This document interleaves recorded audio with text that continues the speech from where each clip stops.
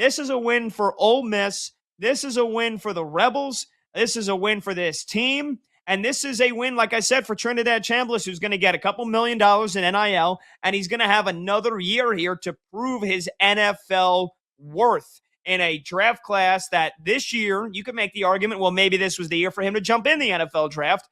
I think also what the most important thing is in what could be a loaded quarterback class next year is is just sharpening his game.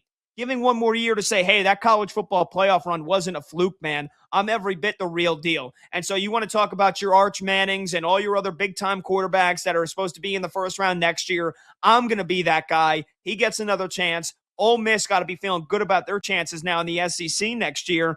And wait till you hear these quotes that the judge gave out hammering the NCAA, because I got to be honest, anytime the NCAA gets hammered, whether it is fair or not, I kind of like it. So Trinidad Chambliss is coming back Ole Miss next year. Your thoughts on it?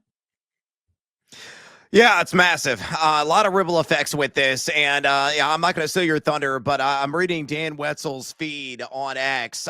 Some of the quotes from Judge Whitewell.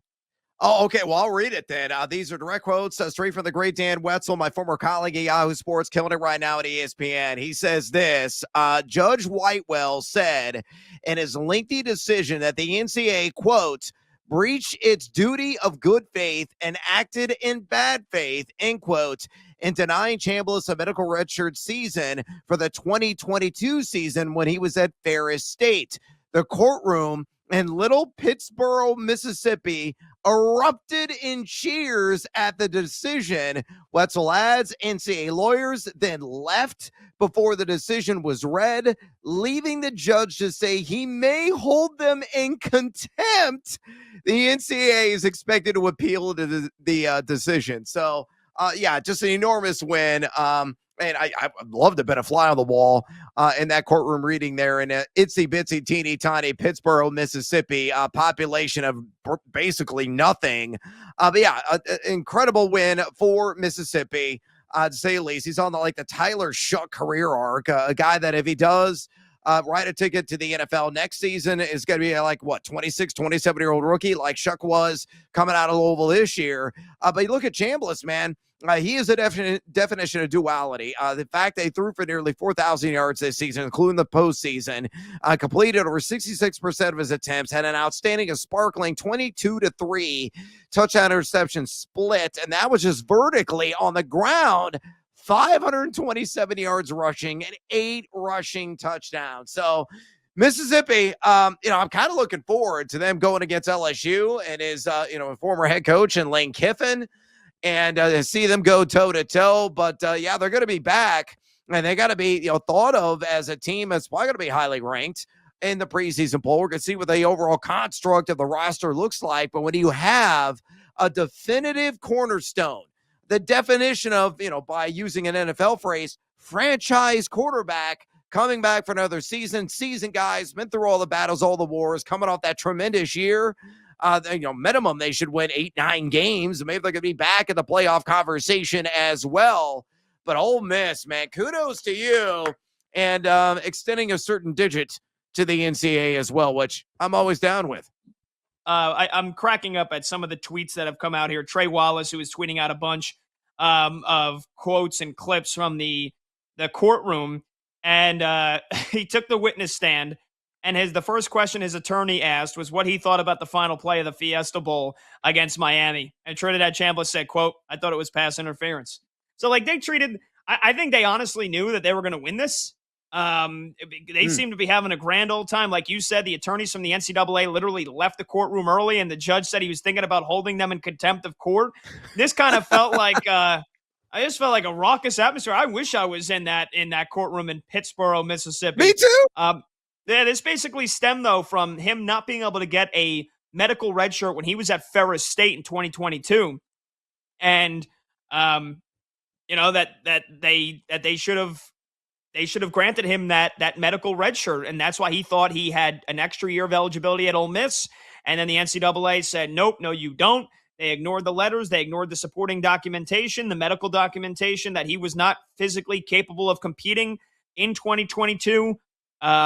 And so now he gets his chance to come back for one more season. He's obviously got to make the most of it when we look at what an NFL career could look like for Trinidad Chambliss. But I don't know about you, Brad. I heard you making some comparisons to him right before we came back from break, some comparisons for Trinidad Chambliss. I think this guy, like what he did in that game against Georgia, I see a guy that has the talent to be the number 1 overall pick next year. I'm just gonna put it out there. He's obviously got to go and do it next year because there was a lot of hype about Arch Manning that I bought into wrongfully before the season. Hand up, I'll admit that. But I saw it with Trinidad Chambliss against the Georgia defense, by the way, that was freaking dominant against Alabama in the SEC title game. A Georgia defense that had started to peak as the season ended. And Trinidad Chambliss had one of the best games you'll ever see in a college football game against the Bulldogs. When I watched that night, I said to myself, wow, this guy, if he doesn't get granted, like, does he jump into the top 10? And I was surprised that he didn't. But now, if he plays like the way he did against Georgia for most of the next season, how does this guy not enter number 1 overall pick territory next season if he balls out like I think he's absolutely capable of? Because of the age. I think that's got to play a factor, right? He's going to be, age 26, 27 by the time he would get to the NFL. So that's going to be a bit of a downgrade. But again, you look at Tyler Shuck being a second-round pick in this past draft, and a guy that really, I think, exceeded expectations. He was highly accurate. He was top 12 with Shuck and adjusted completion percentage in the NFL this season. He was in the running for NFL Offensive Rookie of the Year, though that honor went to T-Mac, Tetero, and McMillan of the Carolina Panthers. But yeah, again, Chambliss to me reminds me a little bit of Justin Fields. I think he's a more accurate version of Fields, a little bit smaller than Fields is. But Fields, he was a banger, particularly, and I'm more thinking about for fantasy football purposes more than anything else. The first couple of seasons he was with the Bears because of his ability to tuck and run and call his own number. Chambliss may be a little bit more accurate than Fields, and obviously given the undersized by comparison, he gets in the right situation. Maybe he's more like a Malik Willis type, and he's a hot commodity right now, and a guy that a lot of people are going to be backing up the truck for, Malik Willis, in free agency this NFL offseason. So yeah, I think it's really smart, honestly, for Chambliss to come back, get the guaranteed bag, because maybe his grade wasn't going to be that great by NFL scouts. Maybe he was going to slip in the draft and wasn't going to be like a surefire first rounder, which I don't see him anywhere in any mock draft going in the first round. Maybe more of a later day 2 guy, possibly a day 3 guy. Come back, make your millions, get a strong NIL bag and some endorsements elsewhere, then go out and prove it, and then get even a higher pick, potentially NFL draft the following season. So you and I on the same wavelength. I think it's a wise, a shrewd move for Trinidad Chambliss to come back there to Ole Miss. I got to disagree with you, though. I don't think – here's the thing. He's the same age as Cam Ward and Drake May. He's 23. He's going to turn 24 in August. So by the time the NFL draft rolls around next April, he'll be 24, a couple of months away from turning 25. But like you mentioned Tyler Shuck. Let me see Tyler Shuck's exact birthday. He was 27, I think, right? No, Tyler Shuck's 26 right now, but he was born in September. Oh, 26. So I believe So I believe that means he turned 26 basically as the season began. He was 25. Right. And so Trinidad Chambliss is going to be 24, who turns 25 right before the season begins next year. And I got to be honest, man, like there's a big debate going on right now about quarterback development in college football and quarterback development at the NFL level, where guys have had to kind of really dumb things down for quarterbacks because they either weren't developed in college. We got a tough time developing them in the NFL. Defenses have been as good as ever in some regards in terms of the schemes. All these teams, they play the cover 2 high shell and they just take away the deep threat and makes it so difficult on the quarterback to then have to be able to process reads when that deep threat isn't available, and you have to keep everything in front. You also have to read where the blitzes are coming from. And so I think there could be something to be said about a guy that's a little bit older. If he still has that athleticism that he showed, like, I don't care if the guy's 2 years older than some of the other number 1 picks that are going to be in consideration for next year. He's the same. He almost has the same exact birthday as Drake May, and he's 3 months younger than Cam Ward. So Cam Ward, who was, a little bit old for, historical standards coming into the draft next year. Like, if Trinidad Chambliss proves he can ball, I think there's actually something to be said about him being a little bit older, having more experience, again, Fernando Mendoza is a guy that's going to have four years of experience under his belt. That's like rare nowadays. And so I think that there could be a positive for him that could actually work in his favor. Again, you say you get into Tyler Shuck territory, 25 going on 26 when the season begins. Yeah, okay, now it's all of a sudden you're not only, you're almost closer to 30 than you are 20. Trinidad Chambliss is going to be 24 next year, going on 25 when the season begins, when the NFL season begins. Honestly, man, I think this guy is worth a shot of being the number one pick next year if he can prove it. But, I mean, I saw everything I need to see in terms of what his ceiling is when he played against Georgia.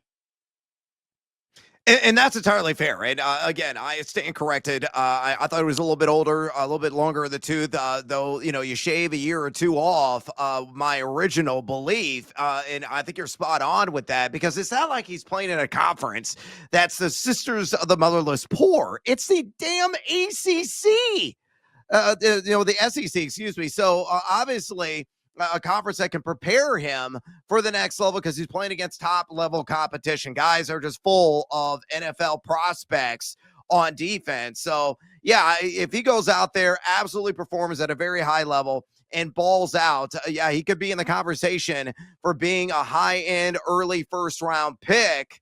If not, if he rescinds and regresses in some way, somebody can still bring him in and maybe bring him on a little bit slower, knowing he's got a couple of years, and get like kind of the Aaron McNair treatment back in the day, learn behind an established veteran, and then unleash him about 2-3 years into the league, kind of like Malik Willis has already mentioned. So yeah, wise decision still by Chambliss, I think, to come back, get his bag now, prove himself, and make even more guaranteed money the next level next season, assuming he shows up and shows out. A huge win for college football, huge win for the SEC. Well, maybe not the rest of the SEC, but a huge win for Ole Miss and their fans.